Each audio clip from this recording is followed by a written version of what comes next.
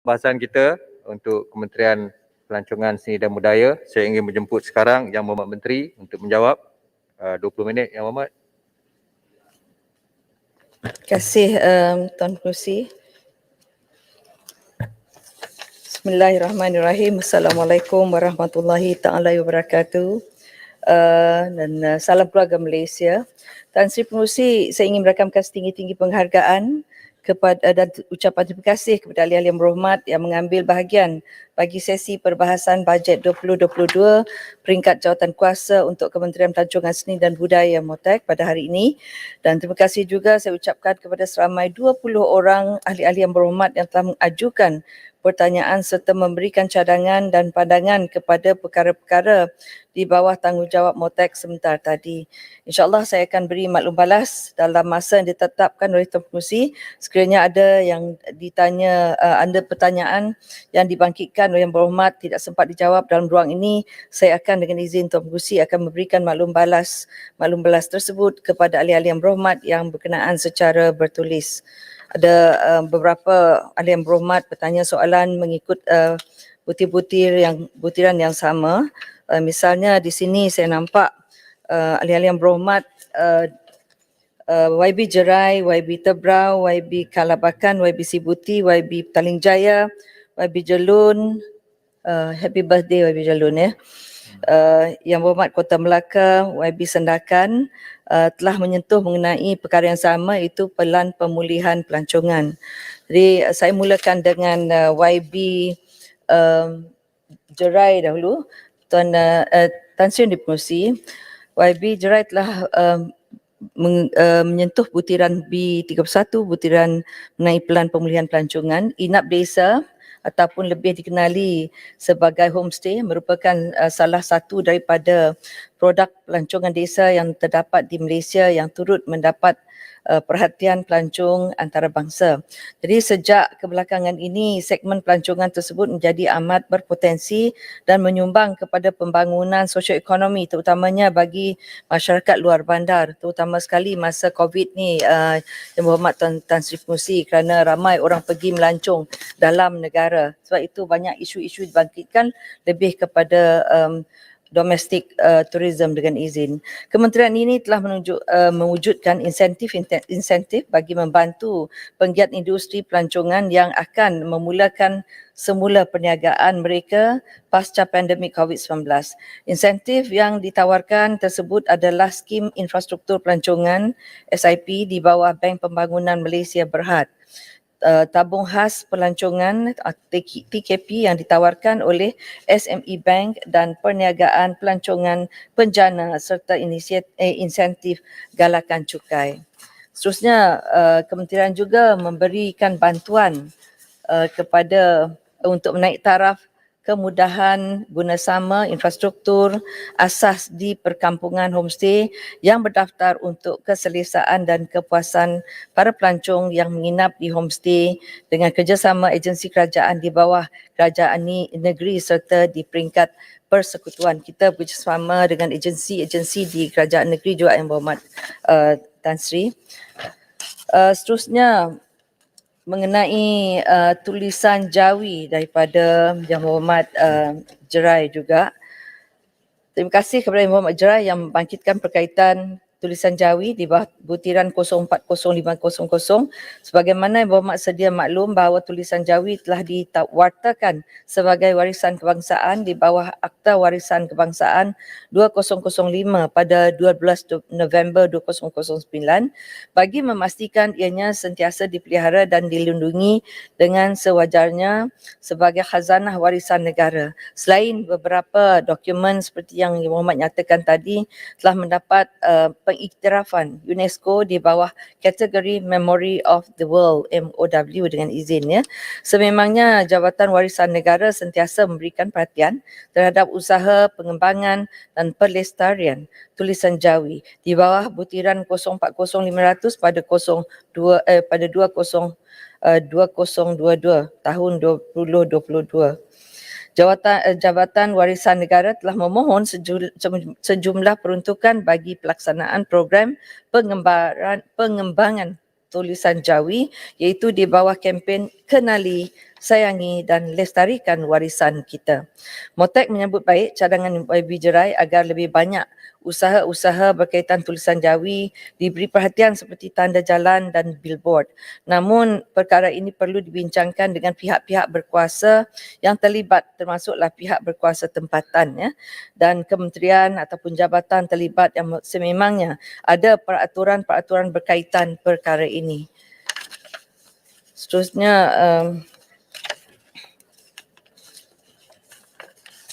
butiran 0400 lagi mengenai tulisan Jawi ini, pihak kementerian menerbitkan risalah ya dan menggunakan aplikasi digital dalam memperkasakan penggunaan bahasa Jawi. Namun penggunaan papan tanda di kawasan pelancong adalah pada umumnya di bawah PBT dan beberapa pihak PBT telah pun mengenalkan papan tanda Jawi. Jadi Yang Muhammad Tan Sri, tadi saya banyak mendengar ada yang mengatakan telah menghantar kepada kita permohonan mereka tapi tak ada respon daripada kita. Terutama sekali apabila mereka berbahas dalam dewan ini memohon banyak perkara yang mereka sebutkan mengenai pelancongan. Sebenarnya kebanyakannya disentuh, terutama sekali Tumpat hari telah menyentuh mengenai beberapa perkara Tumpat, ianya bukan di bawah Kementerian Pelancongan.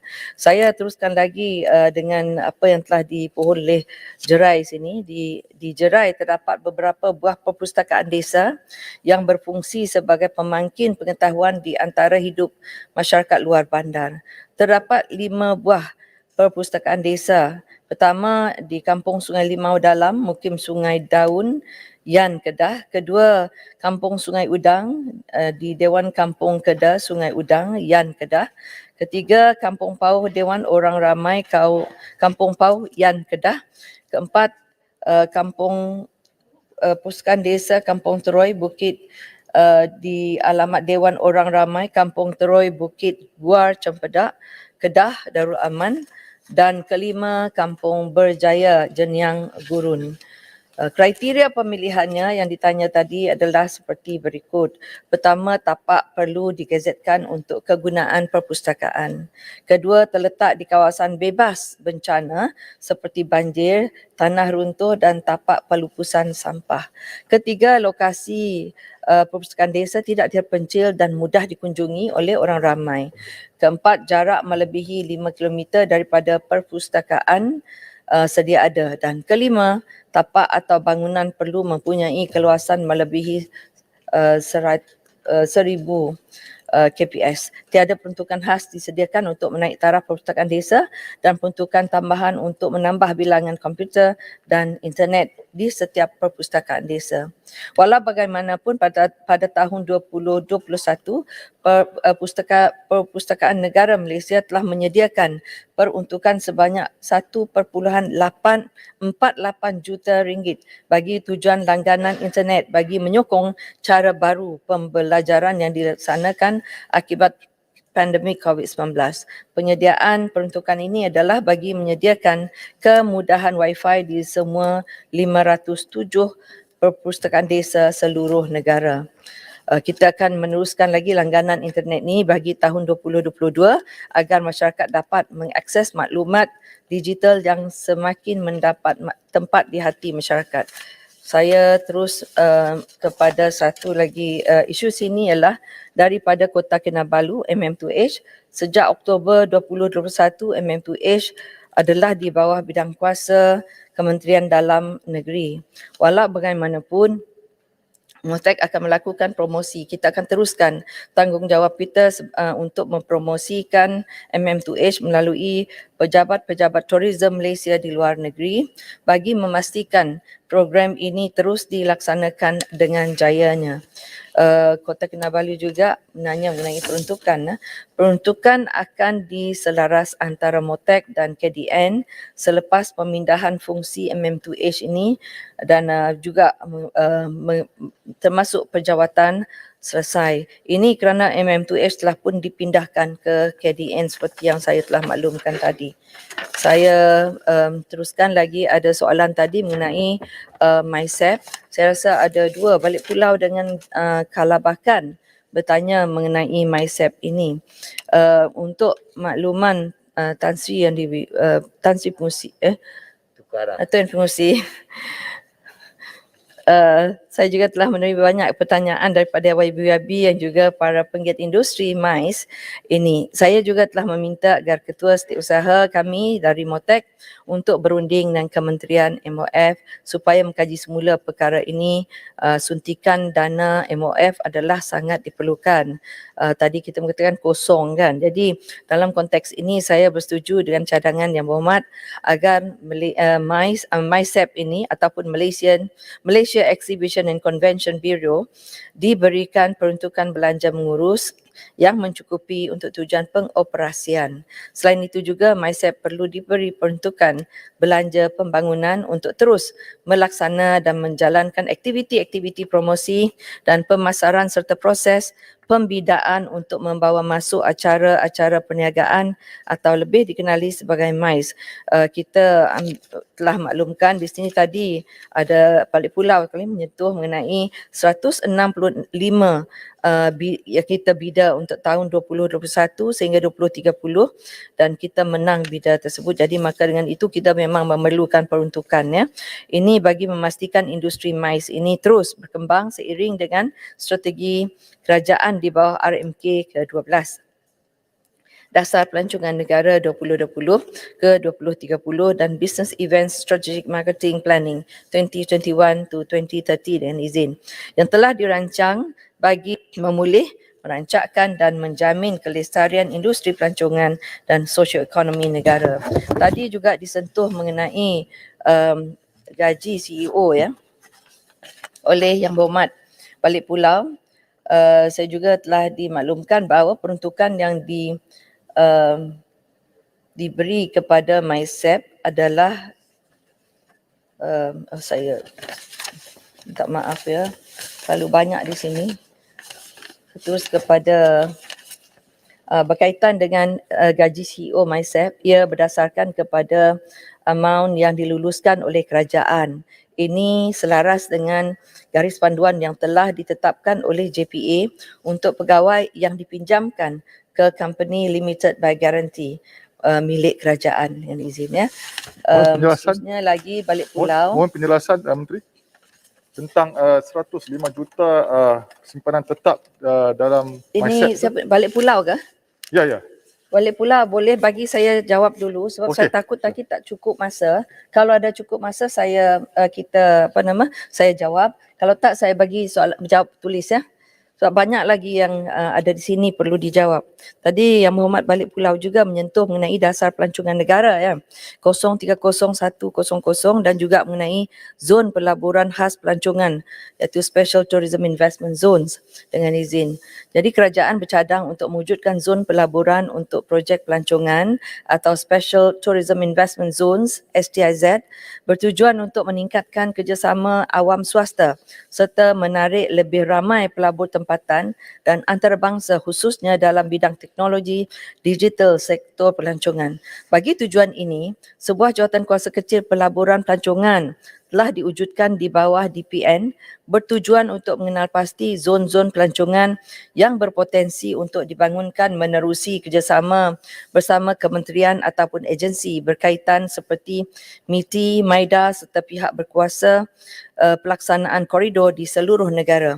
Buat masa ini, MIDA dalam proses membuat stock taking ke atas zon-zon sedia ada atau dalam perancangan melalui economic corridors serta seperti ECER, NCER, Iskandar Malaysia, Sabah Development Corridor dan Sarawak Corridor of Renewable Energy serta MTEC Sarawak dan CAPCAS Sabah.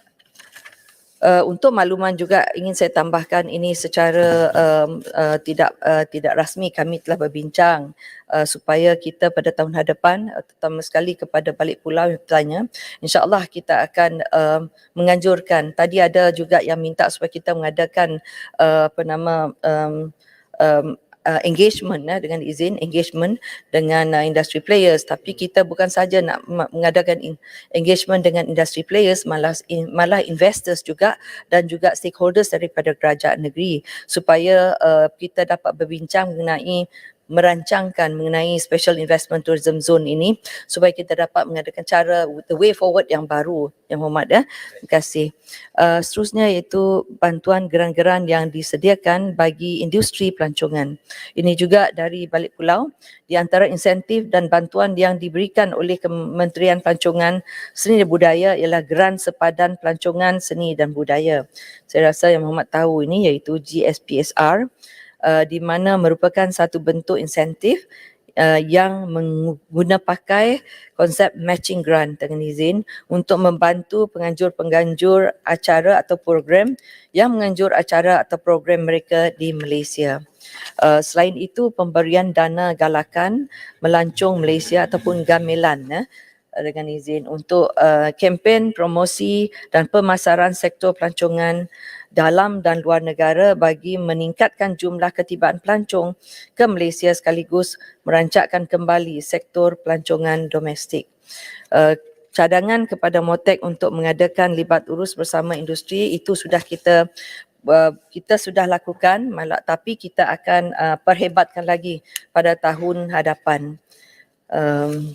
Untuk menjimatkan masa, saya campurlah soalan tadi daripada balik pulau dengan Kalabakan yang menanyakan soalan bersama. Ada juga daripada seterusnya daripada Pasir Salak. Pasir Salak tanya mengenai tidak ada dalam dewan, mungkin boleh baca orang tulis. Sorry. Pasir Salak tidak ada dalam dewan. Oh, dia tak ada dalam dewan. Okey, Elok kita bertulis. bagi jawapan bertulis. Segambut. Jawapan segambut boleh. Ada soalan, jawapan dia ada sini. Saya mengikut apa yang telah disusun di sini. Tebrau dulu ya. Tebrau. Tebrau. Dia tebrau dah lah. Ada. Okey, Tebrau tadi mengenai program penggalakan pemasaran promosi dan acara-acara pelancongan seni dan budaya dan juga kebudayaan dan kesenian, promosi produk seni ya. Pertama dari segi program pelancongan budaya iaitu culture based tourism, JKKN meneruskan pelaksanaan program pelancongan budaya yang merupakan program berbentuk penyemarakan seni budaya secara maya bagi tahun 2021 dan menjadi salah satu bentuk promosi pelancongan melalui aktiviti seni budaya.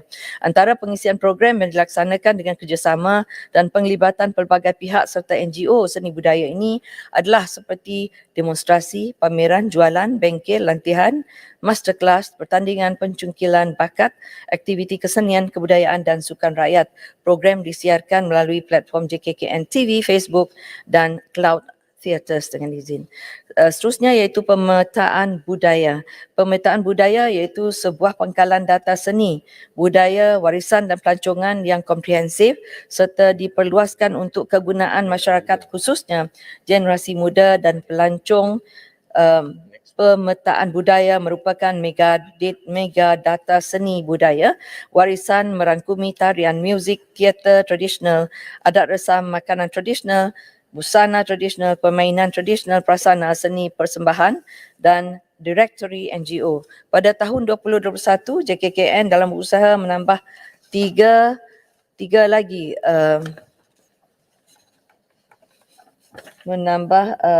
iaitu penyelidikan, perantisan dan bimbingan seni budaya.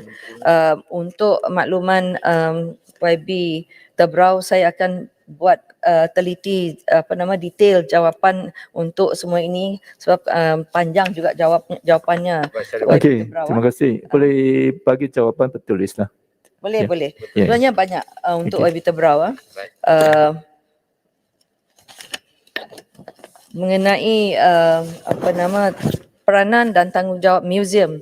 Jabatan Muzium Malaysia sentiasa konsisten dalam menjalankan teras utama ataupun core business kita melalui penyelidikan, pengumpulan dan pengurusan koleksi, pameran, konservasi dan juga penyebaran ilmu pengetahuan merangkumi semua etnik di Malaysia. Sebagai contoh ya, JMM telah berjaya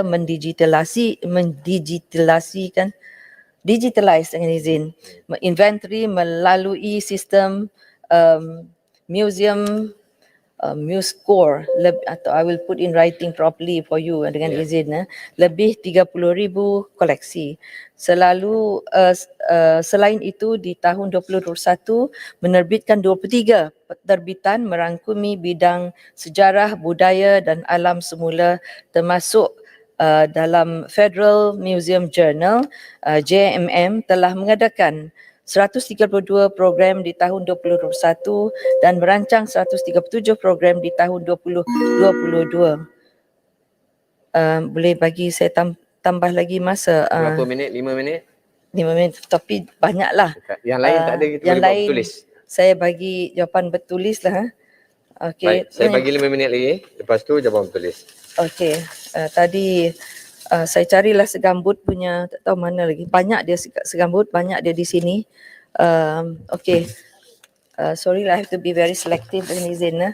Segambut tadi bertanya mengenai hotel kehilangan pekerja dan 5 mengadakan minit lagi.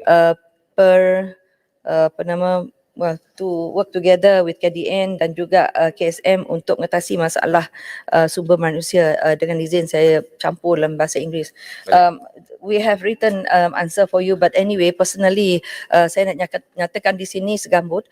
Saya sendiri memanggil beberapa hoteliers untuk bertanya mengenai masalah yang mereka hadapi dan saya telah kemukakan perkara ini kepada Kabinet dan saya disarankan, kami MOTEC disarankan untuk menganjurkan program tourism job fair. Jadi itu adalah salah satu daripada saranan untuk kami membantu untuk mengatasi masalah ini. Telah kita bincangkan di dalam kabinet ya. Dan perkara-perkara lain di sini yang berhormat mengenai pegawai di luar negeri, mengenai mereka di sini mereka masih kekal di luar negeri. Cuma di sini kita ada, untuk makluman yang berhormat, pihak kementerian tidak mengisi jawatan timbalan pengarah di luar negeri sebagai langkah penjimatan kos operasi di Tourism Malaysia. Hampir semua pejabat Tourism Malaysia dikendalikan oleh seorang pegawai home base sahaja, dan untuk memastikan imej negara kekal di aktiviti dikekalkan untuk promosi, kita teruskan bagi menunjukkan komitmen jangka panjang MOTEC kepada rakan-rakan industri di luar negara bagi pembangunan industri pelancongan negara.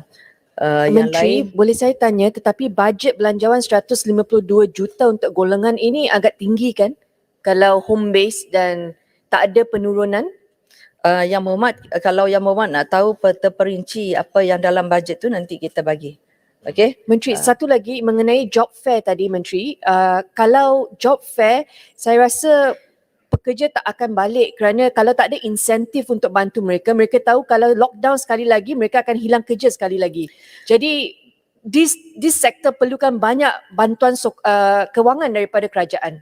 Memang pun kita yang berhormat sebagai ahli parlimen, kita rasanya semuanya faham. Kami di MOTEC, kami tak ada peruntukan keuangan melainkan dengan kelulusan dan diluluskan oleh Kementerian Kewangan. Kami memang sentiasa memohon untuk mereka.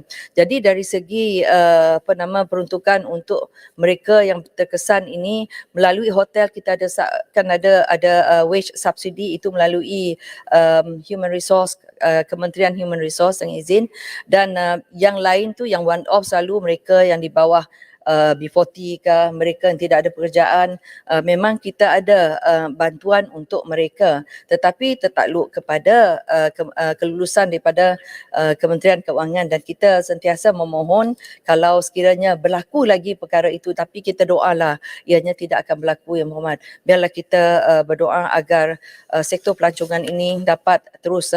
Kita tidak mahu another lockdown, yang berhormat. Sama-sama kita berdoa. Jadi saya tahu Tuan Pengerusi, Datuk Pengerusi asyik melihat ke sini, saya melebihi waktu Menteri. yang dibenarkan. Jadi Yang Mohd Menteri, kalau boleh menjawab soalan daripada Jelun, saya akan anggap itu sebagai hadiah hari jadi saya. Terima kasih. hadiah untuk Jelun, saya nak cari dulu Jelun banyak. What was your question tadi dengan izin Jelun? Sekali dengan Lembah merbuk. Bujang Lembah Bujang sebenarnya. Lembah Bujang. Memang pun ada kita masuk. Cuma tadi Merbuk pun ada sebut.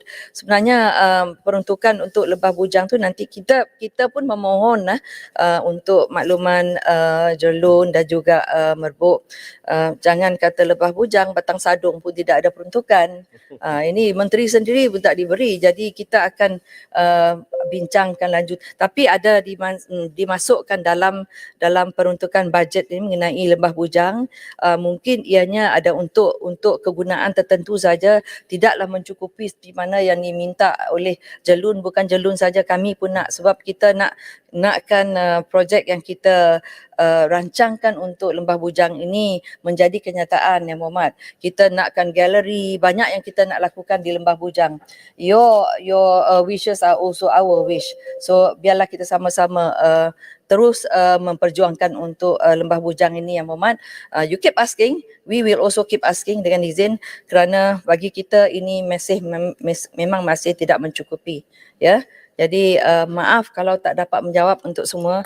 Terlalu banyak di sini, insya-Allah kita akan beri jawapan bertulis. Tadi ada juga yang meminta detail projek yang di bawah yang telah diluluskan Kota Melaka. Saya tadi mohon nanti Kota Melaka kita akan bagi jawapan bertulis, ya. Terima kasih.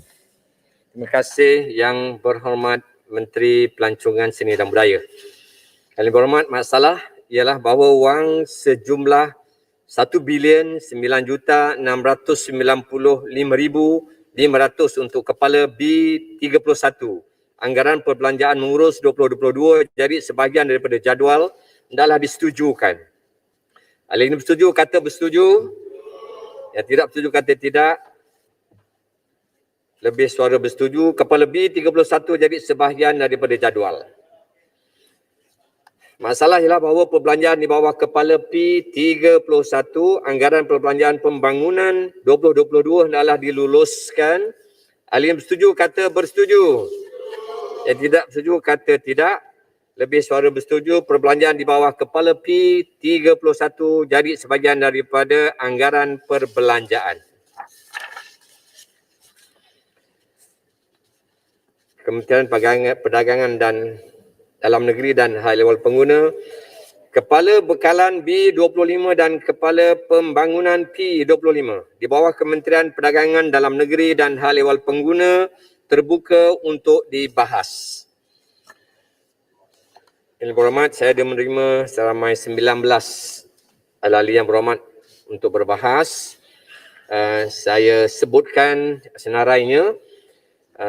Yang pertama, Yang Berhormat Jempol, Gulim Bandar Baru, Sibuti, Bukit Bendera, Kuala Kerai, Hulu Langat, Stiu, Muar, Tebrau, Pasir Gudang, Tumpat, Rasah, Bacok, Pematang Pauh, Dungun, Bayan Baru, Sik, Selayang dan Hang Tuah Jaya.